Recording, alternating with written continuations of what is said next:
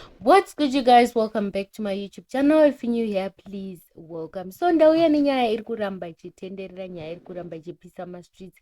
So nezuro pakatanga hondo ya Royal Mint naBruno iyo yakazorebesa kusvika yave pakati paMai Jeremiah naMai Titi naBruno. So nyaya iyi iri kufamba yakadai. So Mai Jeremiah vakakomenta pakupiswa kwaitwa Bruno nevanhu pamusoro peheadboard yake nekurara nebhutsu mumablankets. Mai Jeremiah vakakomentawo. So nyaya iyi yakazosara yakwamai Jeremiah, Bruno achiudza Mai Jeremiah kuti imimi muri semi mamufanira kutombokomenta muchitaura zvamuri kutaura, sezvo zvese sofa ramunogarira nemubhedha wamunorarira ndindakakupai.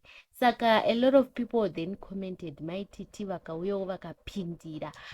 Mai Titi vakazotanga kubuditsawo mascreenshots pamusoro penhau idzodzo, dzimwe dzenyaya dzakazoita kuti nyaya irebe isvike kumapeto. So nyaya iyi mumwe wevanhu apindira Prophetess Tino vauya vachitaura naMai Jeremiah vachiti aiwa Mai Jeremiah, inini ndauya as a woman of God kwete seshamwari yaMai Titi kuti ndikuudze kuti kumhanya kwatakaita nekwakaita Mai Titi hawaifanira kuti uye uchitaura izvozvo, uchitaura kuti they are a cult, sezvo vanhu ivavo vakakumiririra mumaprayers vakaunganidza vanhu vakazokubetsera. Saka hawaifanira kuti uite sei, utaure mashoko iwayo kana kuti utaure zvinhu zvakaita seizvozvo. Saka Mai Jeremiah vari kuti inini I've been quiet for so long. Saka zviri kureva kuti nyaya idzi dzakabvira kumashure dzichiitika, nyaya idzi dzaane time dzichiitika, but vanhu vachiitira kuseri, vanhu vachiblutikana kuseri, isusu tisingazivi. Nawo pakabva paita sepauya mukana wekuti Mai Jeremiah vafumure kana kuti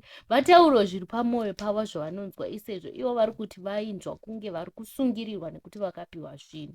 So Bruno akazouya achiti hanzi neavo vekumasvingo, meaning ana Mai Rokadhi, hanzi neavo vekumasvingo ndonamata Mwari mupenyu.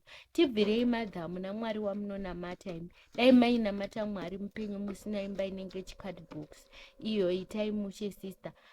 Imi shut up man. Bruno ini ndofila like Bruno anonyanya kuganza. In life you need to be humble sometimes. Unofanira kumbozvihambla muupenyu, imbozvidzikisa wozviisa palevhori nevamwe, wozvidzikisa wozvienzanisa nevamwe, kutongoti nguva dzese iwe unenge uchida kuzvikwiridzira. Ndozviri kuita Bruno anozviisa pamusoro kudarika vamwe vanhu vese, anobva azviona kunge iye ndiye akapenga kudarika vamwe vese, which then drives people kuti ukaita any issue yawaita unokasika kuatakwa because vanhu vanenge vachikuti iwe unoganza. Hanzi naMai Titi the only time yawakatsvagwa pawakanzi warepwa, because I stand for such issues until I realized that you lied to all of us. I distanced myself from you. Ndozviri kushota. You kept texting, I began ignoring too, I blocked you. Saka Mai Titi naMai Jeremiah kupera kwakazoita nyaya dziya zviri kuratidza kuti they ended up on a rough patch. Nyaya idzi hadzina kunyatsomira zvakanaka. Vanhu vamwe vanokomenta masitritsi vari kuti Mai Titi vakabhoekana pakaenda mamavhi kunoona Mai Jeremiah.